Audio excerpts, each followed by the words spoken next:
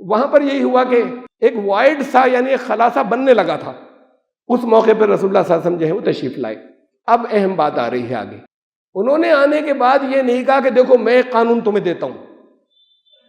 انہوں نے آنے کے بعد کہا کہ میرا کوئی قانون نہیں, تم لوگ کو اللہ نے پیدا کیا ہے, تم سب اس کے بندے ہو, اس کا قانون چلے گا. ستیوگ کی بات پہلی چیز ستیوگ کے اندر یہ آئے گی, تم بیٹھ کر قانون نہیں بناؤ گے, اس میں تو ہمیشہ ایکسپلائٹیشن ہو ہی جائے گا. جس نے تمہیں پیدا کیا ہے وہ جانتا ہے, تمہاری ضرورتوں کو بھی جانتا ہے, انسان کی نفسیات کو بھی جانتا ہے, سائیکی کو بھی جانتا ہے, اس کا قانون اور اس کا ہی قانون ہونا چاہیے, اس کے علاوہ کسی اور کا قانون نہیں ہونا چاہیے. میں تو صرف اسے بتانے آیا ہوں, پھر یہاں جن کے پاس پاور آ جائے گی وہ اسی کو امپلیمنٹ کریں گے, اپنا قانون الگ سے لیجسلیٹ نہیں کریں گے یا نہیں بنائیں گے. یعنی ایک طریقے سے لیجسلیشن نہیں ہوگا M L A M P جو قانون بنانے والی ورڈ, بلکہ ایگزیکٹو ہوگی اس قانون کو نافذ کرنے والے. وہ جو پہلے سے بنا ہوا ہے اس میں کوئی ترمیم نہیں ہوگی, وہ انسانوں کو بنانے والے نے بنایا ہے. یہ ہوگا تو پھر رحمت ہوگی چاروں طرف. یہ خالی تھیوریٹیکل بات نہیں ہے بلکہ ہوا ایسا. میں نے شروع میں کہا تھا ایک ستیوگ ہوا, ایک کلیوگ ہوا. ستیوگ میں پہلا لفظ ست ہے, حق کی بات, سچ کی بات. جب حق نہیں رہتا تو پھر یہ ہوتا ہے جو ابھی میں نے بتایا, اور یہ وہاں بھی ہوا تھا. تو اس کے بعد پھر پہلے تو اس کی بے پناہ سب نے مخالفت کی, اور آخر میں یہ ہوا کہ وہ اپنے بوجھ تلے دب جاتا ہے, یہ بڑھتے چلے جاتے ہیں. اس وقت مذہبی اجارہ دار وہ بھی تھیں, جو بڑے بڑے کھیتیاں تھیں اور بڑے بڑے بزنس تھا وہ یہودیوں کے ہاتھ میں تھا. خاص طور سے انہوں نے اپنا ڈیرا جو تھا وہ اس مدینے کو بنایا تھا. پھر ہلکے ہلکے کرنے کے بعد جب لوگ اس سے جڑنے شروع ہو گئے کہ ہم تو صرف اپنے کریٹر اور اپنے سرشٹا ہی کی بات مانیں گے, اپنے خالق نظام انہی کا چلے گا, لوگ اس پر اکٹھے ہوتے چلے گئے تو کمزور ہوتے چلے جائے گے. وہاں پہ بھی کنگ شپ آنے جاری تھی مدینے میں. دو قبیلے تھے, ایک اوس اور خزرج. ان کا عبداللہ بن ابوی ایک سردار بننے والا تھا, طے ہو چکا تھا کہ اب یہ سردار تو پھر وہ الٹیمیٹلی کنگ ہو جاتا, پھر ان کے بیٹے اور پھر ان کے بیٹے ہی چلتا. اس سے پہلے ہی مکے سے اللہ نے انہیں وہاں بھجوایا, لوگوں نے انہیں مان لیا, اور پھر یہ تھا کہ جو سرشٹا, جو کریٹر, جو خالق ہے اس کا نظام قائم ہوگا. اکثریت نے مان لیا. یہ یہودی ختم ہوتے چلے گئے, جو ان کا کرپشن تھا لوگوں کو پیسے کے بل پہ دبانے کا. مذہبی قیادت وہ ہوتی ہے جہاں پر اصل دین کو بگاڑ دیا جاتا ہے. اب یہاں پر اصل دین آ رہا ہے تو وہ پھر کرپشن والی چیزیں ساری جو ہیں وہ ختم ہوں گی, اب ختم ہو گئیں. تو پھر وہ نظام جب قائم ہوا تو پھر دنیا نے دیکھا, چونکہ اس کا پیک ان دنوں تک آیا تھا, اس کے بعد پھر زوال شروع ہوا, اس لیے بار بار مثالیں حضرت عمر کی آ جاتی ہیں. ورنہ بات یہ نہیں ہے کہ پھر ہر معاملے میں انہی کی مثال کیوں دی جائے. سلطنت بہت بڑی ہو گئی ہے, اسے امپائر کہہ سکتے ہیں, بہت بڑی ہو چکی ہے.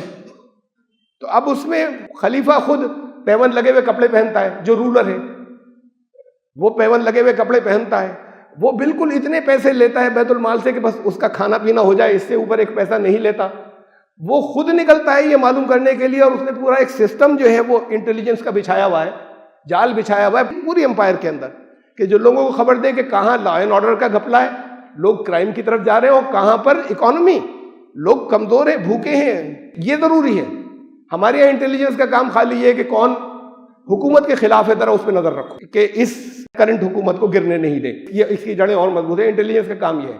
انٹیلیجنس کا کام وہاں پرائمری یہ تھا کہ یہ دیکھیں کہ کوئی ہر ایک کو امن ملا ہوا ہے یا نہیں ملا ہوا ہے, کوئی ایسا تو نہیں کہ شانتی اس کے یہاں نہیں ہو, کوئی ایسا تو نہیں کہ جو بھوکا ہے, خالی بھوکا نہیں, بیسک نیڈز ہر ایک کی سلطنت میں پوری ہو رہی ہیں نہیں ہو رہی. یہ اسٹیٹ کی ذمہ داری ہے, اور دنیا میں ہر جگہ اسٹیٹ کی ذمہ داری ہونی چاہیے. تو ہمیں یہاں تک بات ملتی ہے کہ حضرت عمر نے کہا کہ اگر دریائے فرات کے کنارے, عراق اور مصر اور شام تک حکومت تھی, اگر دریائے فرات کے کنارے اگر ایک بکری کا بچہ بھوک سے مر گیا تو عمر کو حساب دینا ہوگا. تو جہاں جواب دہی کا یہ احساس آ جائے, یہ حساب کس کو دیں گے؟ وہ خلیفہ.